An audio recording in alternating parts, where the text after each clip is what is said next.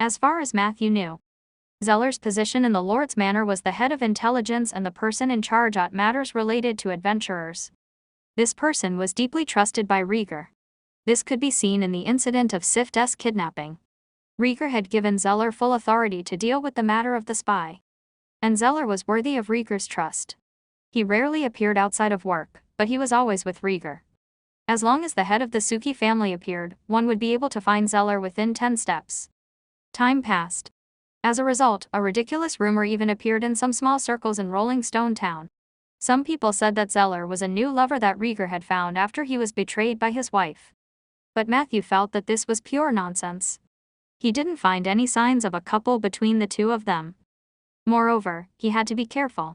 From Sif, Matthew already knew that Zeller had followed Rieger before he married and had children. The two of them must have accumulated a pure and deep friendship over the years. The person who made up the rumor was probably jealous of Zeller's extraordinary status in the Lord's Manor, as well as his face that was enough to bring disaster to the country. Thanks for the reminder. Matthew put his hands together and said, "So it was the Lord's intention for you to visit tonight?" Zeller smiled gently.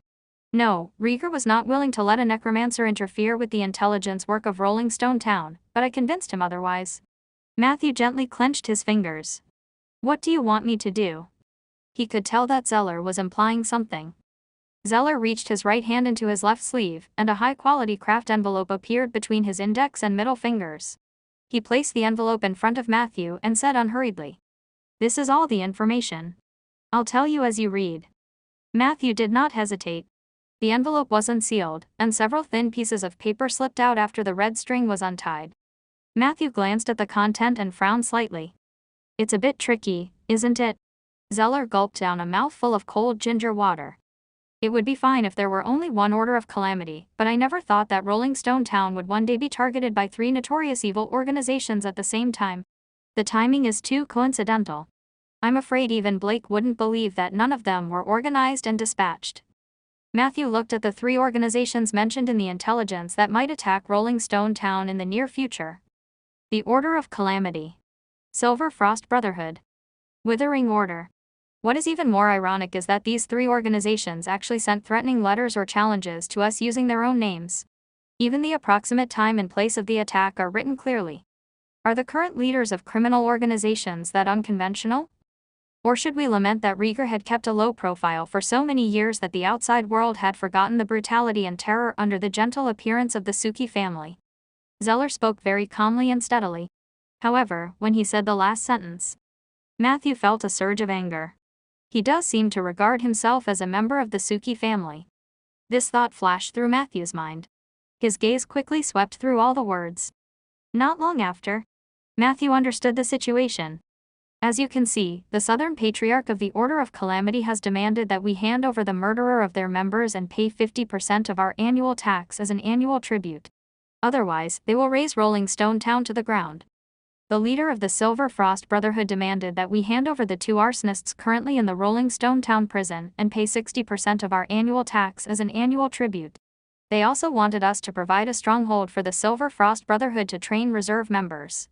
Finally, they even wanted us to send 50 women every year to solve the marriage problem of their members. As for the Withering Order, they were the easiest to talk to. They only asked for 30% of our taxes, and they only asked for the destruction of the forest around the town. Zeller still had a gentle smile on his face. These bandits are more familiar with extortion than the devils in purgatory. Matthew's expression was a little serious, and he looked a little more ruthless. Can Rolling Stone Town deal with the invasion of 3 evil organizations at the same time? Zeller quickly said, "We can resist the invasion, but we can't control the intermittent disturbance." Matthew instantly understood. The biggest headache when a territory encountered an evil organization was that the other party would not play the fair game. Evil organizations would more likely employ harassment tactics.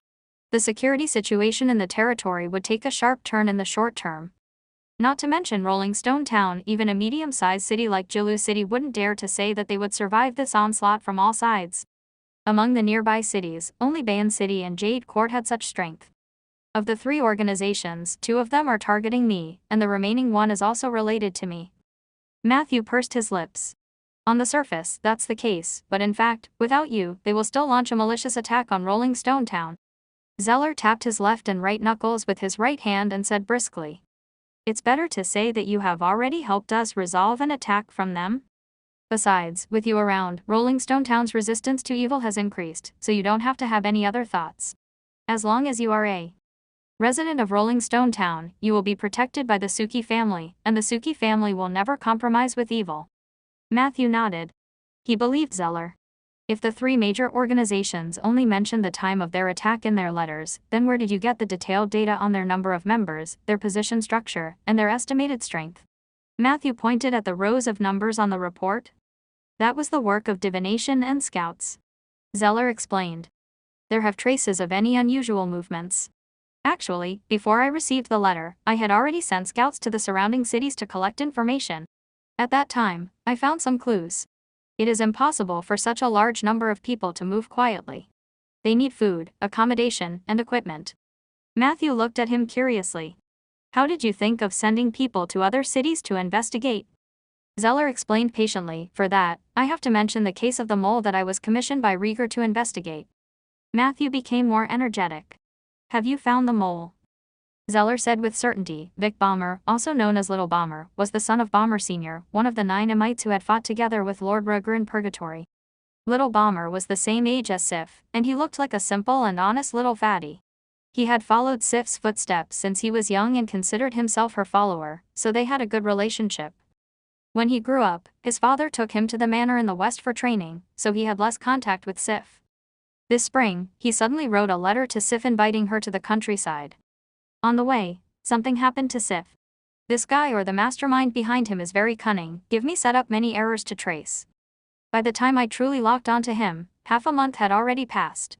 When I went to Palmer Sr.'s manor, I could only regretfully say that there was no one alive in the entire manor. The original farmers, maids, gardeners, chefs, and even the entire family, including Palmer Sr., had all become bizarre creations. My men had no choice but to clean up the manor. I found some evil art master's manuscripts in Little Bomber's bedroom, and I can basically confirm that he was the culprit. To be honest, I held Little Bomber when he was born. His honest appearance was too deceptive. No one expected him to come into contact with evil arts, and the first thing he did after becoming an evil art master was to refine his father into a bizarre creation. I heard that Bomber Sr. was very strict when he trained his son. Perhaps Little Bomber's hatred came from this. But no matter what, he is still a menace. Unfortunately, he had escaped. While my men were searching for Little Bomber, they accidentally learned that an evil organization was recruiting soldiers in Jilu City. After my divination confirmed this information, it became more comprehensive. Of course, the value of this information was quickly reduced because they directly issued a challenge. Zeller calmly told him the ins and outs of the matter. Finally, he added seriously, Palmer Sr. was a very good person, loyal and brave. It's just that he's a bit too old. Rieger and I have neglected him. If we had paid more attention to his recent situation, he might not have been harmed by his. Matthew was also angry. So, not only is that Little Bomber still alive, but he might even return to Rolling Stone Town when the 3 major organizations take action. Zeller nodded slightly. Theoretically, that's possible. Perhaps he was the one who lured the Order of Calamity here in the first place, or perhaps he was just the most suitable breakthrough point the Order found in Rolling Stone Town. However, all of this did not matter. The important thing is how should we deal with it. Before I share my plan, I need your opinion. Matthew thought for a few minutes and replied. Since the 3 organizations have sent their letters of challenge separately, it means that they are not united internally. The best strategy is to divide them and defeat them one by one. The Withering Order has the most concentrated target, so we just have to make a fuss around the Oak Forest to lure them into taking the bait. Weren't there still 2 arsonists in the Silver Frost Brotherhood in prison? We just need to find the right time to let them escape successfully. After they escape, there is a high chance that they will go to the organization. We'll only need to follow them. I don't have any idea about the Order of Calamity. The fact that they dared to come to me after Fane's death proved that they have the ability to fight against bone dragons. The evil priest's methods are evil and impossible to guard against. However, there is one thing worth noting. They were very concerned about the bloodline of the Suki family, so Sif and Rieger are the key characters. They could also be used as bait to lure the snake out of its hole, but doing so would be risky. Zeller showed a look of approval after hearing this. Your reactions and ideas are top-notch. Most of your ideas are in line with my plan in the second stage. Matthew was a little surprised. Second stage. Yes, we will do what you said, but not now. Zeller explained. At this stage, the people from the 3 major organizations are probably infiltrating in batches. They must be extremely vigilant at this moment and won't be easily lured in. Evil forces were gathering in Rolling Stone Town. But at the same time, our savior is also on the road. Only 3 of the 9 knights who fought in Purgatory remained in Rolling Stone Town. 1 of them died, 1 retired, and only 1 who could fight was left. The rest went out for adventures. We have already written to them for help. As long as these people receive the letter, they will definitely return. I've also sent people to the east to look for an old acquaintance of mine, who is a monk whose strength is close to legendary. With him around, the safety of Rolling Stone Town would be more secure. In addition, I also used my connections to call for a few old friends to come and help me. Even Mr. Richard couldn't help but send a letter to Northland. Look, our connections are actually not weak. All we need is time. Matthew reacted quickly. So your first phase plan is mainly to stall for time. Zeller said bluntly. I want you to pretend to be Great Mage Ronan. Matthew was shocked. Then, he nodded and said, it's not impossible. At this moment, Peggy, who had been eavesdropping for a long time, finally poked her head out from under the windowsill. Won't Ronan be unhappy if he finds out? Zeller and Matthew answered almost at the same time, he won't? He might even find it interesting. The 2 of them looked at each other and smiled. They chatted for more than an hour. At night, Matthew walked Zeller to the fence. The 2 of them walked on the stone path in the garden. Zeller, who was walking in front, suddenly smiled and turned around. Mr. Matthew, please forgive me for playing a little trick at the beginning of the conversation in order to gain your trust. The story about the awakening of the warlock is not my own, but I heard it from another warlock friend. I deliberately made myself sound miserable so that I could gain your sympathy and pave the way for convincing you. But now, it seems that this is unnecessary. You're the kind of person I like. Matthew was stunned at first, and then he immediately heaved a sigh of relief. That's good. At least you didn't experience such a painful thing. A strange light flashed in Zeller's eyes. You are a strange necromancer. Your kindness is heartwarming. I'm sorry again for lying to you before. However, speaking of pain, my awakening experience was actually much more tragic than my friend's. As he spoke, he came to the fence and elegantly closed the door. However, I won't tell my story unless I'm on my deathbed. Good night, Matthew. After sending Zeller off, Matthew was in the living room sorting out the information he had obtained tonight. Then, he rushed back to the oak forest to take care of the place. He had to talk to Eli about the Withering Order. The Witherer was the archenemy of the druids. Eli definitely knew more about this organization than he did. However, before that, after a week of hard work, he had already accumulated the capital for another 10 strengthening buffs. The crisis was approaching. This was the time when he needed immediate combat strength. Therefore, Matthew deposited all the buffs he had to strengthen Soldier. Hint, you have consumed 10 strengthening buffs. Your summoned creature, Soldiers, has leveled up to level 12. Its overall attributes have increased. Your summoned creature, Soldier, has obtained 7 keywords. 2 of them are white, 1 is blue, 2 are purple, and the remaining 2 are gray. My luck isn't very good. Matthew sighed. The 2 gray ones were really a headache. He glanced over. As usual, he looked at the weaker keywords first. Backstab, white, when your skeleton attacks the enemy from behind, the damage and stun duration will be greatly increased. Sprint, white, your skeleton's movement speed in battle has been greatly increased. Storm combo, blue, when your skeleton uses a short knife as a weapon and successfully hits the enemy's vital points, it can make a second and third slash in a very short time as a combo. This process will cause a lot of damage. The quality was surprisingly good. It wasn't particularly powerful. However, it was solid and useful. At least it's not some strange abilities. Matthew then looked at the purple keyword. Colorful dance, purple, when your skeleton uses this dance, it can leave an afterimage wherever it goes. During the duration of the dance, regardless of its current position and state, it can instantly return to the position of the afterimage. Currently, the maximum number of afterimages that can be left is 4. Fake death, purple, your skeleton has learned the exquisite skill of faking death, which is enough to deceive most creatures. When your skeleton leaves the state of fake death, its next 3 normal attacks will deal a lot of extra damage. It is finally back to normal. Matthew was greatly comforted. One of the two purple keywords provided high mobility, while the other provided sinister killing moves. He didn't understand how a skeleton could fake his death. But Soldier naturally had a way. At this point, uncoordinated gray, in non-combat mode, Soldier has developed bad coordination in his extremities. This is also okay. Matthew heaved a sigh of relief. However, in the next second, his expression changed slightly. Work awareness, Gray, your skeleton has developed the awareness that it is creating value for you. This awareness is not strong and is even a little humble. Every 3 months, you need to pay 1 soul crystal to appease Soldier, which will give him a great incentive. It's a little unacceptable. Matthew subconsciously gave himself a face palm. Soldier looked at him blankly. After a while, he actually imitated Matthew and used his bone palm to hold his face. The scene was both funny and strange. Eli flashed out from behind the house and stared at Matthew seriously. What position is this? Are you trying to summon some evil creatures in front of me again? Eli. I was just looking for you. Matthew quickly threw this small annoyance to the back of his mind. He said to Eli, you mentioned before that you once confronted a witherer in the forest. Eli nodded solemnly. Quina, that's her name. Quina was once an outstanding human druid, but she was abandoned by the nature soul after failing 3 advancement rituals. As a result, she became resentful and angry at nature and turned against nature. She joined the Witherers as you know it. There were still some things he did not say.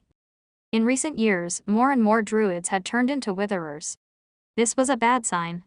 The druids are defecting at an accelerated rate while a necromancer is busy planting trees. This world is really crazy. This was what Eli was thinking. Matthew nodded slightly. As far as I know, there's an organization called the Withering Order that has its eyes on this place. He said, if possible, please tell me more information about them. Eli muttered. The Witherers gathered together to form the Withering Order. I don't know the details of this organization, but I know that the Witherers usually don't appear in big organizations. They often form groups of 2 or 3 to carry out destructive actions. The Witherers obtain power from destroying the forest. If there were too many people, the power that each Witherer received would be very diluted. However, Witherers rarely went solo. They would only go deep into the forest alone when they held an evil advancement ritual. As he spoke, his eyes looked around for a long time. He gave a very confident answer. I don't think there will be more than 4 of them. If there are more than 4 of them, they won't get any benefits even if they destroy all of your oak trees. Also, I'm guessing that the Witherer that's with her should be around tier 3, with the highest being level 12. This is because every tier 4 Witherer is a walking tree plague. There is an unconcealable rotten halo on their bodies. As long as they appear, I can smell them from 200 miles away. 4 level 12 Witherers. Matthew was confident. Seeing Matthew's thoughtful expression, Eli puffed out his chest proudly. You don't have to worry about this. I told you that I would help you chase away those Witherers. Although I'm only at tier 3, if we were to fight head-on, even 4 Witherers combined would definitely not be my match. Matthew believed in this word. The shapeshifter route that Eli took was the most powerful branch among the mid-level druids, not to mention that he had mastered the powerful ancient tiger form. Matthew felt that it might have been the appearance of Eli that delayed the Witherers' attack. Otherwise, he and the Witherers would have fought long ago. Thank you, Eli. You've been a great help. Matthew said seriously, but I'm thinking about how to catch all these Witherers in one go. After all, we can't be on the defensive forever. Hearing this, Eli showed an expression of agreement. If you want to draw them out, I can hide in one of the caves nearby. However, there can't be any undead in there. I can't stand being in the same cave as zombies or skeletons. Matthew waved his hand. There's no rush. If they're really patient, let them continue to observe. During this period, I'll make sufficient preparations. By the way, you seem to have something to tell me just now. Matthew noticed that this was the first time Eli had voluntarily approached his cabin. As expected. Eli said seriously, the food you brought this morning tasted very good. The sausages and bread were unbelievably well cooked, and the cup of milk with honey was equally memorable, so I came to thank you. Matthew smiled. All the credits go to Peggy. Eli's eyes lit up. Matthew muttered, Peggy is indeed a good woman. Eli pretended to be reserved and said, then, please send my regards to Miss Peggy. Tell her that I'm looking forward to tomorrow's food. If there's a chance, I wish to talk to her face to face. After saying that, he swaggered off. Matthew was left alone, struggling to decide what expression he should show. In the wooden house, Matthew examined Soldier's body. After going through 28 enhancements, Soldier's level had already reached level 12. The Blade Dancer's outstanding profession had given him an extremely strong assassination ability. Matthew speculated that Soldier would become a nightmare for all frail adventurers. Just a little bit more. I still have to plant a few more trees. Once he broke through to tier 4, he would become a more useful companion than Filey. Matthew gently caressed Soldier's strong spine. At this moment, a thin layer of dark red fibers had already grown on the bones in the core area of the chest and spine. They were tightly attached to the silver-yellow high-quality bones. Under the illumination of the fire, it gave off a mysterious and demonic aura. At the same time, the cloak on his back also became bigger and thicker. The Dark Knight cloak was originally just a pitch-black cloth, but now there were 2 pieces of red velvet material at the bottom and around the neck. Soldier now looked like a big shot. Matthew thought for a moment and decided to change Soldier's contract to a more advanced one. The current Soldier was the same as the other skeleton soldiers. He had signed a temporary contract with Matthew. He could be summoned and abandoned at any time. The advantage of this contract was that it was cheap. However, it was not conducive to the long-term tacit understanding between the necromancer and the summoned creature. Matthew had been watching to see how Soldier could be strengthened. Now, he felt that Soldier was qualified enough to use up one of his contract slots. In the future, Soldier, like Peggy and Filey, would become Matthew's exclusive contracted undead summon. Contract replacement successful. Your contract slot I, exclusive contract creature +1. Current number of contracts, 3/5. You have paid 1 soul crystal as a reward for Soldier's hard work for the next 3 months. Your summoned creature, Soldier, is extremely grateful. His loyalty to you has increased to 105. Thanks to your discerning eyes, great nurturing, and generous funding, Soldier has shared his ability, Dark Knight Cloak, with you. Dark Knight Cloak, weakened, you can enter a strong invisibility state anytime and anywhere. After entering the invisibility state, you cannot be selected and cannot be attacked. But there is a possibility of being accidentally injured by ranged attacks. Duration, 45 seconds. I've practically raised Soldier myself. It's much kinder than Filey. Matthew was very emotional. Dark Knight Cloak was Soldier's trump card. This was one of the few abilities Matthew could use. Although there was a time limit and its effects were weakened compared to the original version, it was still an excellent escape skill. At least it was much stronger than the invisibility ring that Matthew had obtained before. Immediately, Matthew tried it a few times in the room. After activating the Dark Knight Cloak, he felt as if he had entered the water. He was surrounded by a sticky, flowing medium. There was a deep barrier between him and the material world. However, it could be broken at any time. Compared to the invisibility ring, which limited his movement when hidden, Matthew could walk at normal speed under the Dark Knight Cloak. Matthew even deliberately walked towards Eli. The ancient tiger's senses were indeed sharp. He jumped up at once, his nose twitching. Then, he lay back down lazily. Next time, remember to take a shower or apply perfume. Eli proudly commented, I've long remembered your scent. Necromancer, your invisibility might not be bad, but I've said it before, we druids are the kings of the jungle. Matthew shrugged and walked away. He believed that not everyone had a sensitive nose like Eli's. Next, he tested the cooldown time of the Dark Knight Cloak. 7 minutes. The Dark Knight Cloak could only be used for a second time after 7 minutes. This was a little too long. However, considering that this was an ability that had been exchanged with a soul crystal, Matthew was still feeling contented. Matthew returned to the Moonlight Woodlands. Somewhere in the 3rd level of the underground hive, a strong wind blew. It blew away the thick pile of fallen leaves on the ground, revealing the ghastly white bones of varying degrees of decay underneath. Samantha stood at the edge of the tunnel and said, These corpses have already been purified. You don't have to worry about whether they are still infected by the violent Zerg. Matthew nodded.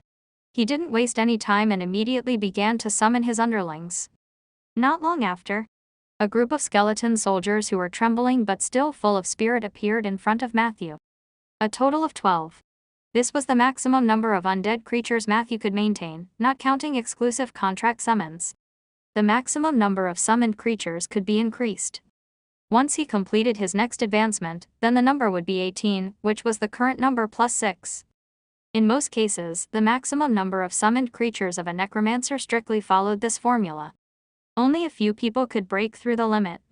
They had either mastered the relevant powers, had ancient artifacts, or were legends. The undead calamity was not so easy to activate. Most necromancers lived their long lives cautiously. They were no different from ordinary mages. Maybe even poorer. Samantha informed Matthew through Ella that she had yet to organize all the information she had collected about the Sioux country, but she could take Matthew to replenish the skeleton soldiers first. Considering the impending storm in Rolling Stone Town, Matthew agreed. While controlling the unfamiliar skeletons, he pretended to ask casually, "Why don't I see Eli?" Samantha said coldly, "I've already broken up with him." Matthew was shocked. "Wait. You two were a couple." "It didn't seem like it." "It didn't look like it at all." Matthew recalled some of the details and scenes he had seen when he met the two of them. He would believe it if it was said that Eli was interested in Samantha, but to say that they were a couple. Which couple was so unfamiliar with each other? Samantha didn't seem to want to talk too much about this topic. "Yes, we were together for a short time, but we separated again." Matthew's heart skipped a beat. The scenes from that day surfaced in his mind. Combined with the time that Eli appeared in the oak forest. He had a general understanding of the cause and effect, but he suddenly admired Eli even more. "What kind of person do you think Eli is?" he asked again. Samantha thought for a moment and said, "He is a good man, but he is not suitable for me. He is kind, upright, and strong." That was good. However, he is too controlling. When I was with him, I often thought that I was just his vassal. This feeling was unpleasant, so it was only a matter of time before I separated from him. Matthew nodded. "But it sounds like you two could still remain friends." Samantha said with uncertainty, "Maybe, but he's very proud, and he'll probably misunderstand the intention." "Why are you asking so many questions? Are you interested in Eli?" She looked at Matthew with wide eyes. Matthew quickly waved his hand and said, "No way." He was still wondering if he should tell Samantha that her ex-boyfriend was working for him. Samantha casually said goodbye. "That's it then. I've already replenished the skeleton soldiers for you. If you need more corpses, go to the other layers of the tree pits. They're all corpses that Eli and I have purified." As she spoke, she transformed into a leopard. "As for the information about the Sioux country, I will sort it out for you as soon as possible. Thank you for your domain enlightenment." Then, "Goodbye, Matthew." As she spoke, she ran away. Looking in that direction, she was heading deep into the hive alone. Even now, she's still unwilling to cooperate with me. What a stubborn woman. He looked at Samantha's back as she left. Matthew shook his head slightly. At this moment, Ella, who had been wilting for a few days, flapped her wings excitedly. Matthew, now that you have a strong army, are you finally ready to start a massacre?" Matthew asked in surprise, "How can you tell that I have a strong army? The quality of these skeletons is obviously ordinary, and they are not as experienced as my previous ones." Ella begged, "Then let's kill at least 2 Zergs today before leaving." Matthew nodded reluctantly. "Fine." However, before the threat of the Witherer was resolved, he really did not want to spend too much effort on other aspects. 3 minutes later, they watched as a newborn skeleton clumsily destroyed a new nest by the side of the road and successfully killed 2 violent Zerg larvae that had come out of it. Matthew immediately said to Ella with a pleasant expression, "Can we call it a day now?" Ella lowered her head and was speechless. The next day, at the Craftsman Protection Association building, Matthew walked briskly through the hall, following the front desk lady's guidance. He stepped up the stairs and walked towards the 3rd floor. However, when he passed by the 2nd floor, Matthew suddenly stopped and walked towards the locksmith's office. Just like last time, the office door was still half open. Behind the desk was a middle-aged gentleman reading a book. "Do you have another lock that needs to be unlocked?" This time, Richard did not hide it. He had already cast his gaze on Matthew before he approached the door. "No, I'm here to look for a blacksmith, so I came to see you since I was passing by," Matthew said with a smile. As he spoke, he took out some fruits from the bags in his hand and placed them on the table. The person in front of him was a rogue of the 5th tier or above. It was definitely not wrong to have a good relationship with him. Richard sneered. "You don't have to do that. I've seen too many things when I was young. Some fruits can't buy me over. Tell me, what do you want me to help you with?" Matthew smiled helplessly and walked out. "I'm really just passing by. I'll leave now." Wait. Richard stopped Matthew. He glanced at the fruits on the table and asked, "What are you looking for a blacksmith for?" Matthew explained, "I need to entrust someone to forge 2 short knives." Short knives. Richard looked at Matthew suspiciously. "Did you summon an assassin?" The man was very sharp. Matthew knew that he couldn't hide it from Richard, so he simply admitted it. "Congratulations. At least in the middle and lower levels, having a rogue by your side will be very useful." Richard closed the book. "But you've come to the wrong place. There are many excellent craftsmen in the association, but there are very few excellent blacksmiths. I don't think I can recommend you to anyone." Matthew frowned slightly. Fortunately, he knew that excellent blacksmiths were scarce, so he only came to try his luck today. "Do I have to go to Jilu City or Bayan City?" Before Matthew could ask the question, Richard picked up the pen and wrote a few words. "However, I can introduce someone to you. Everyone calls him Old Fallon, and he's the vice president of the Veterans Association. He once followed Rieger into purgatory and he's very skilled in forging. He hasn't been open to the public for many years, but I can try to help you get in touch with him." Matthew took the recommendation letter and thanked him. Richard waved his hand and said seriously, "This is not free help, Matthew. Zeller must have told you about the challenge letter from the 3 major organizations. This is very unusual. I need you to think about it. Think about it seriously. Have you ever seen such behavior in history or in a book? Don't be in a hurry to answer me. Take a deep breath. Think. Seek your memories. You're the only one among us who can think of it. I mean, if something like this really happened in history." Richard's words sounded strange. But Matthew tried to follow his words. A few seconds later, a stunned expression appeared on his face. "I did remember something." "What's going on?" Matthew was extremely surprised. There was indeed a large chunk of related content in his mind. But before that, it was as if they did not exist in his memory. "That's a curse that the gods placed before they left, Matthew." Richard's voice seemed to come from the clouds. "A lot of profound, useful knowledge, important, and accessible history has been hidden by the curse called intelligence lock. Even if it has lingered in the minds of many people, only those with 15 points of intelligence and above, especially mages, have the chance to recall it. That's why I told you that this world is ultimately the world of spellcasters. You were born to be spared from one of the 3 great curses left behind by the gods. How can you not be favored by the heavens? Now, tell me, what do you remember?" Intelligence lock. When this word appeared in Matthew's mind, it was as bright as the newborn sun.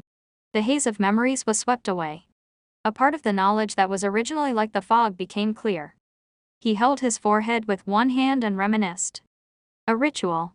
I read in a book that an evil organization issued a declaration of war before invading a certain territory.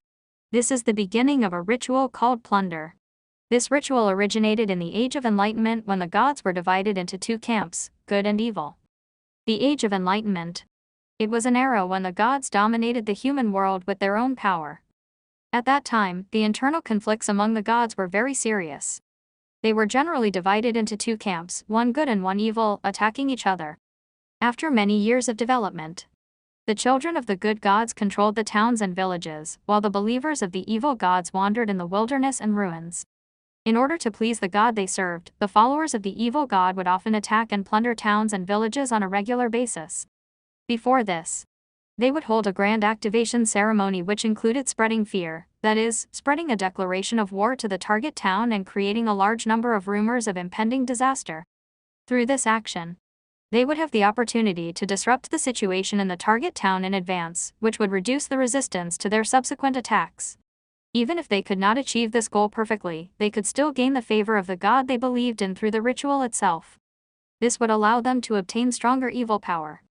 So, the act of issuing a letter of challenge is not only the beginning of the plundering ritual but also a part of the activation ritual. Richard asked seriously. Matthew nodded. If they are indeed imitating the believers of the evil god in the Age of Enlightenment, then there is a high chance that they will do 2 more things to complement the activation ritual completely. The first was to create an iconic event. The impact of this event must be great, and the outcome must be tragic. It would be best if it could be linked to something that the residents of the town were familiar with. Then, they would publicize the tragedy of this case, spreading panic.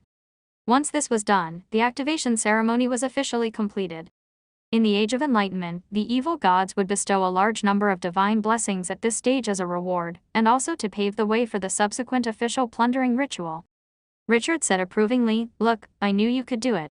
This information is a big help. I'll go straight to Zeller and tell him about this." Matthew thought for a moment. If the intelligence lock really exists, won't you soon forget about this too? Richard smiled peacefully. Theoretically, yes, but that's something that happened in a higher dimension.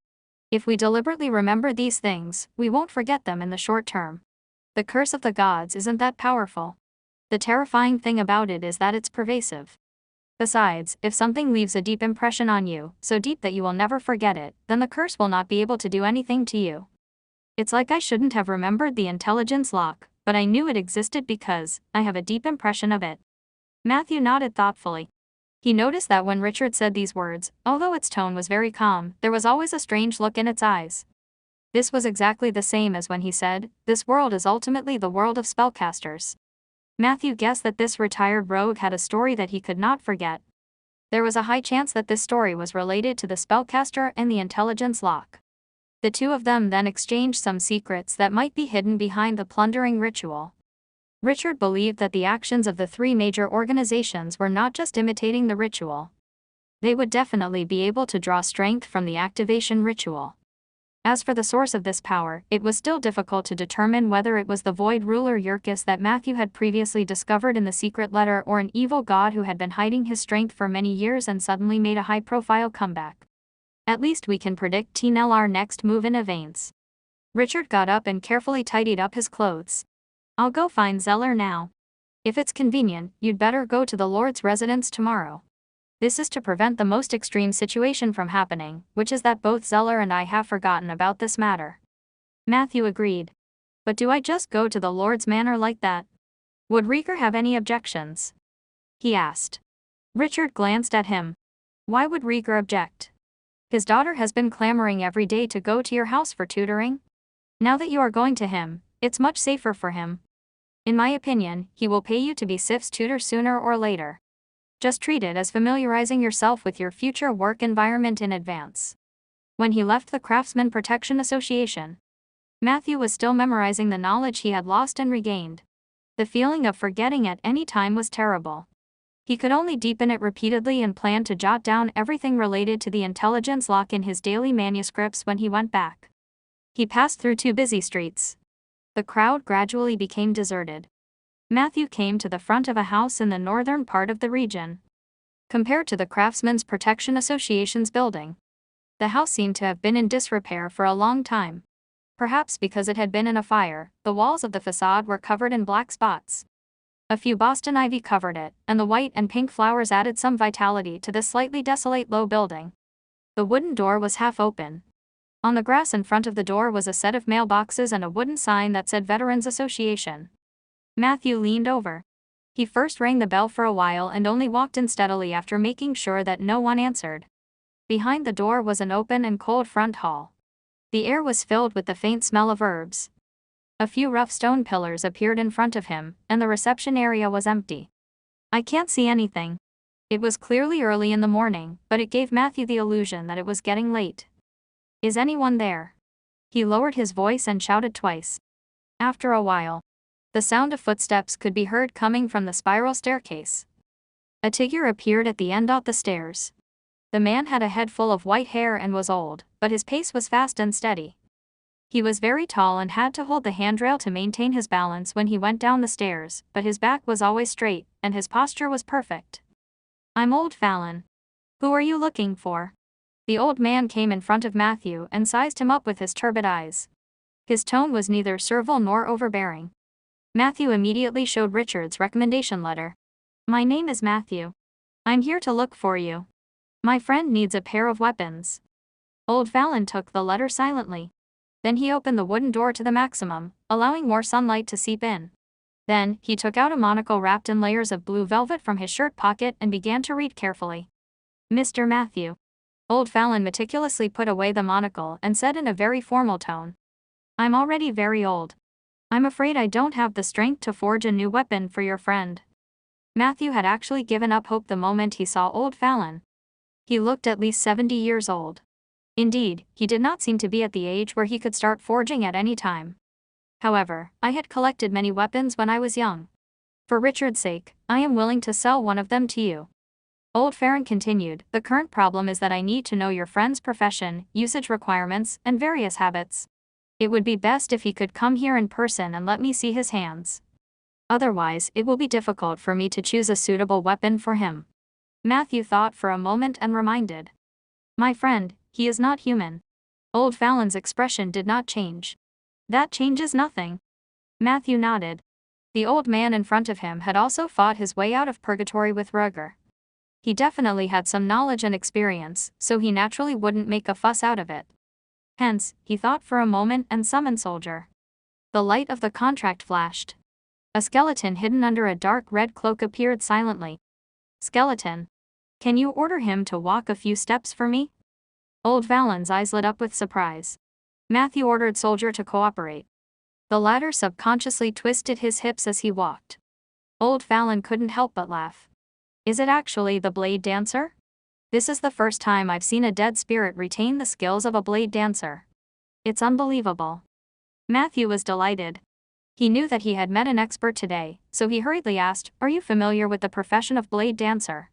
Old Fallon thought about it. I'm not familiar with it. I just had a good time with an understanding blade dancer. Unfortunately, we didn't end up together.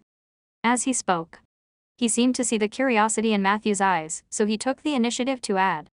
The blade dancer is a special profession in the Thousand Sails Archipelago.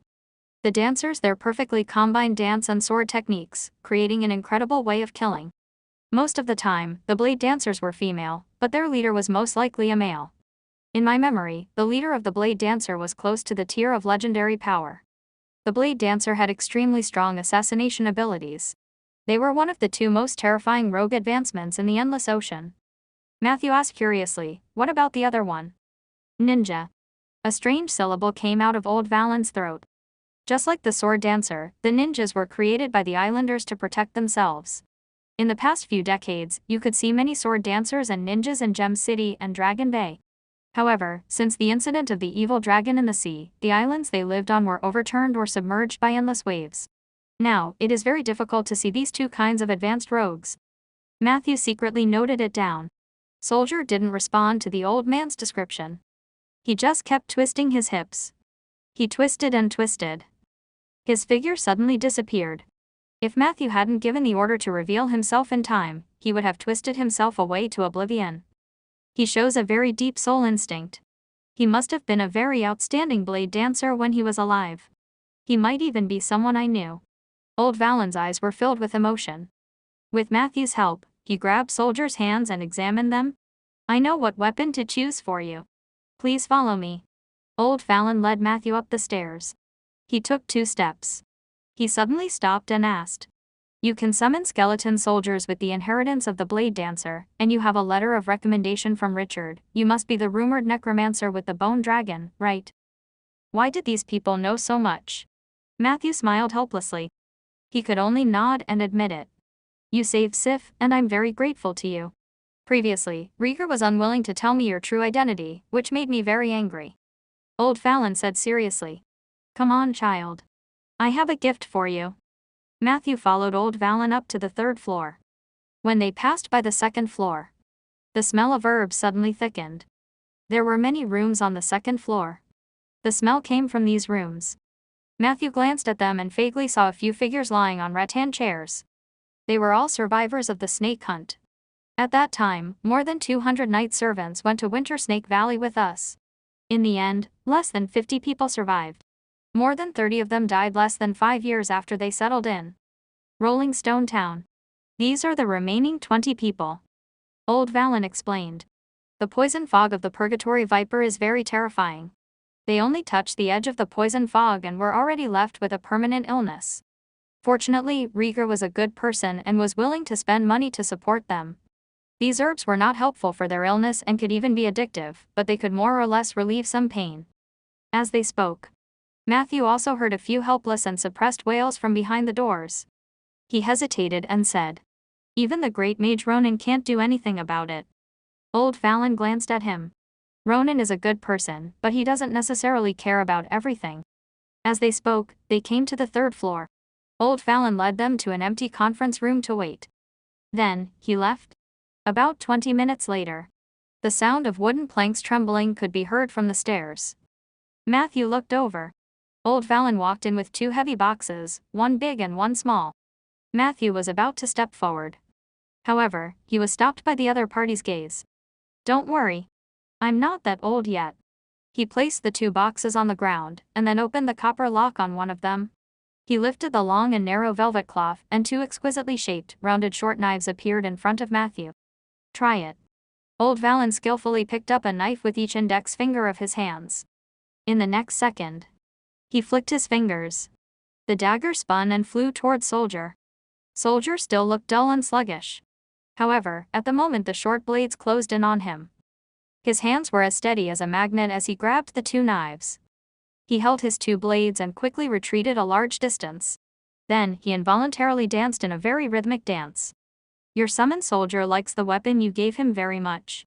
His loyalty to you has increased to 115. In gratitude for your gift, Soldier shared his ability, Step Back. Step back, through a tactical move, you can quickly pull back a distance to get rid of the opponent's entanglement. Good heavens, in love with the new weapon so soon. Matthew didn't know whether to laugh or cry. He hadn't even paid for the item, but Soldier had already shared his ability in advance. Was he forcing Matthew to get the 2 blades for him? It looks like he likes it very much. There was a hint of gratification in Old Fallon's tone.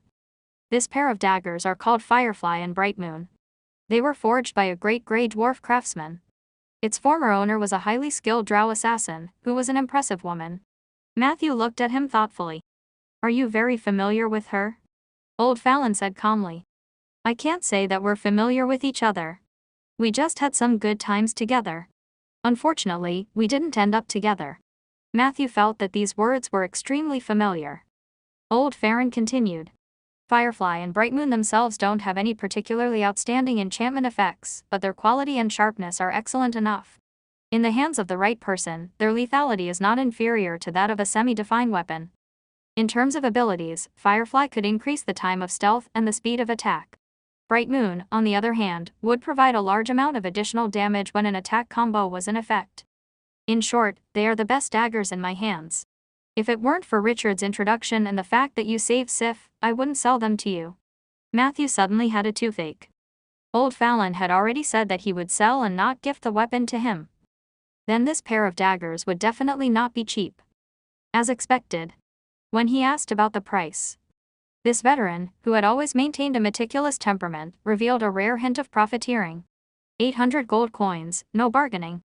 Matthew shook his head gently. This price was too high, far beyond what he could afford. He had a budget of 200 gold. The difference between the two was 3 times. You can also rent it. Old Fallon suggested. I know that the price is a little high, but a rogue's weapon is no cheaper than a mage's weapon. It's not easy to find such a weapon on the market, let alone in Rolling Stone Town. You might not even be able to find a weapon of the same quality in Jalu City or Bayan City. If you want to rent it, you only need to pay 10 coins per month, but you need to pay the first 2 years' rent in advance. You can pay the rest slowly.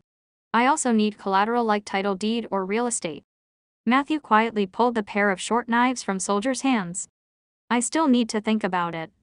He put the knife back into the box. There's no hurry. You have plenty of time to think. Old Fallon smiled apologetically. Actually, I also want to sell it to you at a low price, but as you can see, our situation here is not good. I can't ask Rieger for money every year. Matthew nodded in understanding. Old Fallon opened another box. Inside was a long and thin whip. Try it. The old man said gently. This is the gift I mentioned before. It represents my gratitude. Matthew took the whip. He used his hand to stroke the snake scale-like whip gently. A new message flashed before his eyes. You have obtained the necromancer's exclusive weapon, Ursul's Reprimand. Ursul's Reprimand, whip. Description: this whip is usually used against undead creatures. When you wave this whip at an enemy undead creature, it is equivalent to applying the effects of Dispel Undead and Reprimand Undead to the target unit. It has a very high priority in dispelling undead creatures. When wielding this whip against your own undead will lose a small amount of soul fire and receive a random powerful buff. Remark: some undead creatures are easily addicted to the lash of the whip. When using it, please pay attention to the state of their soul fire. Don't go overboard. This weapon is very special. Matthew could feel a cold power contained in it. It was different from the negative energy that was destructive and violent.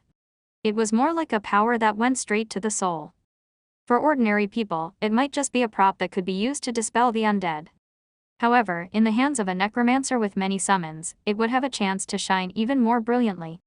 Of course, the previous owner of this weapon, Ursula, was a bad-tempered necromancer. Her reputation was once known by everyone in the Great Swamp. People said that the undead under her command had all kinds of incredible abilities. At first, I thought that this was because of her brilliant magic, but later I found out that this was the real reason. Old Valen sighed and said, when she died, she entrusted me to find a good owner for this weapon. However, a few years later, the incident with Rieger happened, and I sealed this whip. Matthew was stunned. You and the previous owner of this whip also had a good time together. A female necromancer. Old Valen raised his eyebrows. Do I look like a person who would sleep around? Matthew hurriedly shook his head. Ursula and I are just good friends. Of course, she might have had some interest in me when she was young, but at that time, my standards were still high. All I was interested in were princesses from a small country or some rich ladies. I would rather waste money on a succubus than look at a wizened necromancer. But the facts proved that I was wrong. At this point, old Valen laughed at himself. After returning from purgatory, my looks were ruined. Those superficial women left me one after another. Only Ursula took the initiative to find me. She spent a lot of effort to treat the wound on my face, and then one day, she left quietly. Matthew was puzzled. What happened later? Later. There was no later. Child, when you were young, you believed that there would always be time and that those who missed out would always have a chance to meet again. However, in reality, most stories end up with regret. Old Valen's eyes were filled with sorrow. At that time, I was busy dealing with the wounded soldiers. Later on, I encountered the mining expansion in Rolling Stone Town. By the time I could finally free myself from my work, Ursula had already lost her mind due to an experimental error that caused the negative energy to corrode her brain. She was no longer herself. When I came to look for her, she couldn't even recognize me. I went to the swamp where she lived twice. The first time, she chased me out. The second time, she was a lot clearer in her mind. Before she died, she left everything else to the two apprentices, who were often beaten and scolded by her, except for this whip. At first, I thought she wanted to whip me. Later, I realized that this whip was a magical tool that she had spent her entire life creating. It contained all her understanding of the summoning of the undead. She probably thought that the two untalented apprentices were not enough to display its value, so she entrusted me to find a good home for it. Old Valen said all this in one breath. His gaze lingered on the whip for a few seconds, then he looked away and said in a congratulatory tone, "Now, it's yours." Matthew took a deep breath and tightened his grip on the whip. "I won't let it down." Old Valen nodded. "I believe you." The two of them were silent for a while. Soldier, who was beside him, watched as Matthew put away Ursula's reprimand.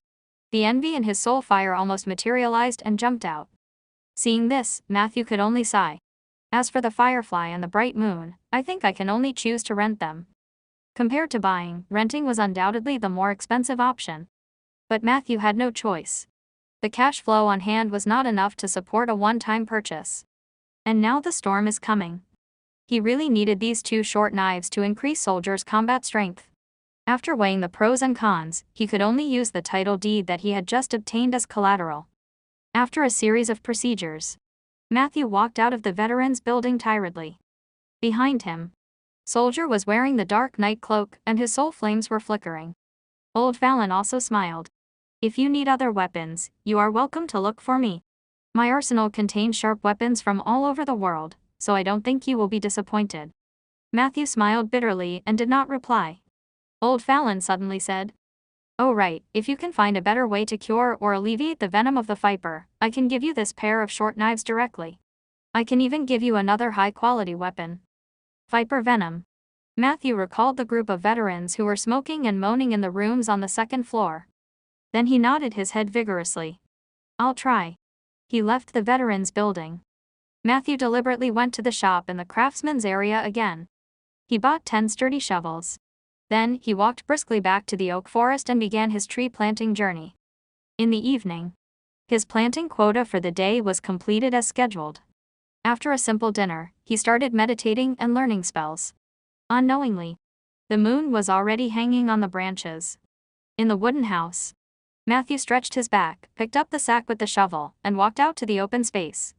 He walked all the way to the zombie dormitory, summoned the 5 silver moon zombies, and dropped shovels in front of them. Pick them up. These are your weapons. Matthew tried to give the zombies an order. This process was not easy. Never overestimate the intelligence and ability to use tools of ordinary undead creatures. It was much more difficult to instruct them to adapt to a complicated tool like a shovel than to learn how to operate an excavator. Fortunately, Matthew was very patient. Like a kindergarten worker, he taught the little zombies slowly. It took him nearly an hour to teach the zombies how to grip the shovel correctly. Phew. Matthew wiped his sweat. This process was very difficult, but the result was good enough. Zombies have meat, so it's different. He tried to dispatch one of the zombies to dig a hole in the open space. The latter tried a few times. Not long after, an irregular pit appeared in front of Matthew. Pass. Matthew smiled contentedly. This was the superiority of zombies over skeletons. Being closer to the structure of a human palm meant that they could easily grasp the tools that they could easily grasp when they were alive. But skeletons couldn't. Skeletons could be slashed with knives or smashed with small round shields. However, their hands could not hold weapons or tools steadily for a long time. It was quite possible that their bones would fall off as they worked. This was also an important reason why Matthew had never let the undead creatures participate in his work. But now, things were different. He could command the Silver Moon zombies to dig holes, which would greatly increase the efficiency of planting trees. In the future, I can focus more on site selection, transplantation, and maintenance. Matthew led the zombies all the way to the northwest. Very quickly, on the barren land under the moonlight, there was a group of figures who worked tirelessly. I never thought zombies could do this kind of work. Eli appeared silently. He looked at the zombies with a complicated expression. They don't look like evil creatures at all. They look more like a group of farmers. Matthew smiled and said, "Undead creatures are not evil in the first place. It's just that for other life forms, their existence is too different, so it will cause people to panic and reject them subconsciously." Eli frowned. He obviously didn't agree with Matthew. However, he did not refute him. Instead, he took the initiative to change the topic. "It seems peaceful these few days, but the evil hasn't gone far. I can sense their existence." Witherers. Matthew's expression became serious. Eli nodded vigorously. "They're really cunning and patient. They've been watching from the shadows, which gives me a bad feeling. Perhaps we should try to change our strategy. Waiting for them to attack is too passive." Matthew muttered. "If we want to draw the snake out of its hole, we need to make more preparations." Eli said confidently, "As long as they dare to show themselves, they will definitely not be my match. As for preparations, haven't you done a lot these past few days? There were magic traps everywhere outside the small wooden house. I almost stepped on them." Matthew spread his hands. "Those are just warning spells, and it's hard to say if they'll be of much use. The important thing is that once we choose to lure them, we must wipe them out." Eli loosened his muscles. "I'm ready." Matthew had been thinking about this for the past few days. Since Eli's fighting spirit was surging, he was not afraid. He thought for a while and agreed. "How about this? We'll hide in the moonlight woodlands tonight. I'll instruct the oak tree fairies to be on the watch. If the witherers make any strange movements, we'll come back immediately. Wait for me over there. I'll get Ella to open the door for you." Eli agreed. Not long after, Matthew summoned Ella to bring Eli to the moonlight woodlands first. And Matthew wanted to find Lulu and explain the matter. The witherers destroyed the trees very quickly. If they wanted to minimize the losses, the oak fairy's vigilance was crucial. Moonlight woodlands. The 4th level of the hive. Eli wandered around idly. The unique scenery and style here made him feel a little disappointed. He still remembered. The last time he was here, he was still fighting alongside Samantha. But now, when he thought of that cold, exquisite, confident, and independent face, he felt unbearable pain in his heart. Damn it. I shouldn't have come to this damn place. Eli kicked the rock in displeasure. Bang.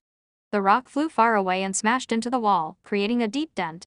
The echo could not stop for a long time. Eli touched his forehead. The pain didn't ease, but it deepened. Every time he thought of Samantha, it was as if a large piece of his heart was suddenly missing. This feeling of emptiness was torturous. What is she doing now? Will she also regret saying those words to me? If only I could see her again. All sorts of thoughts rose in Eli's mind. The longing in his heart grew stronger. A strong urge urged him to move forward. He didn't walk far. A leopard suddenly jumped out from the tunnel next door. Samantha. Eli looked at him in surprise and joy. The leopard quickly transformed into a human. However, what made Eli's heart ache was her first reaction when she saw him was to frown. Did you cause that commotion just now? Samantha glanced at the marks on the wall and asked coldly. Eli was stunned. His mind was in a mess as if he did not know whether to admit or deny it. However, Samantha didn't want to be entangled with him for too long. She scolded coldly. Listen, Eli, it's over. Can you stop being childish? I don't have time to play games with you. I'm very busy. Now, please leave the Moonlight Woodlands immediately. The members of the Earth Society really shouldn't stay here for too long. Samantha's words sounded normal, but they were like sharp knives stabbing into Eli's heart. His face was extremely pale. His throat wriggled, but he could not say a word. Samantha continued. Please stop pestering me. This is the Moonlight Woodlands, the kingdom of the Moonlight Goddess. You are trespassing. Eli's pale face instantly swelled with a thick layer of blood. He had never felt so embarrassed before. Just as he was feeling extremely embarrassed, a gentle voice sounded behind him. Sorry for being late. Not far away. Matthew rushed over with Ella, and Samantha looked surprised. Then, she heard Matthew say, I'm sorry for the misunderstanding, but Eli is with me. Hearing this, Eli was like a drowning man who had grabbed onto a life-saving straw. His voice suddenly became louder. That's right. I'm with him. The embarrassment he felt just now disappeared in an instant, and Eli subconsciously puffed out his chest. Matthew walked over and patted Eli on the shoulder, then waved at Samantha. In that case, we'll take our leave first. The two of them walked away with their arms around each other's shoulders. Samantha looked at the scene in a daze. The dull expression on her face could not calm down for a long time. It was not until Eli's back completely disappeared from sight. She suddenly had the illusion that something that originally belonged to her had been snatched away. The night was exceptionally long. In order to deal with any unexpected situations, Matthew and Eli did not go deep into the hive. Instead, they swept through the areas that had been roughly wiped out on the 5th floor. However, the Witherer's patience was better than they had imagined. Not only did they not gain anything by daybreak, it was the same for several nights. The Witherer queue didn't move. The oak forest was calm. Matthew could only announce that his plan to lure the snake out of the cave had failed. Eli then proposed a plan to actively track them. He wanted to use his tracking ability to find the Witherers and wipe them out in one fell swoop. Unfortunately, he was a shapeshifter who was more inclined to fight head-on rather than a wilderness master who was better at tracking. Every Witherer was a true master of anti-tracking. Matthew was afraid of being lured away, so he did not dare to act rashly. Just like that, the Witherers became a thorn in Matthew's heart. To pull it out, Matthew went to look for Zeller to ask him for divination. However, Zeller said that he had defined too many times recently. He needed to slow down to ensure the accuracy. Matthew could only helplessly put this matter on hold. Fortunately, he was very patient. Just treat it as a breath-holding competition with them. Let's see who can have the last laugh. Just like that, a few days of seemingly peaceful but actually turbulent days passed. 3 nights later. Matthew's living room. Ding dong ding dong. Someone rang the bell. Before Matthew could get up to open the door, a gust of wind came out of the kitchen and headed straight for the front door. Is Sif here? I remember that today is the day you and she agreed to make up for the missed lessons. Peggy asked happily as she opened the door. Matthew nodded helplessly. Matthew, you'd better come over. Outside the door. Peggy's voice sounded a little grumpy. I don't remember you having so many students who need extra lessons. The living room can barely fit so many people, but there's definitely not enough milk. Matthew looked up in confusion. In the next second, a group of people filed in. Sif, who was walking at the front, was smiling. Following behind her was a tensed-up Rieger. Then there was the bearded Blake, the handsome Zeller, and Richard, who was holding a gentleman's cane. Finally, a surprised Samantha followed them in. She was holding a thick book bag in her hand. A group of people rushed in. The originally empty and spacious living room suddenly became lively and crowded. Like and subscribe.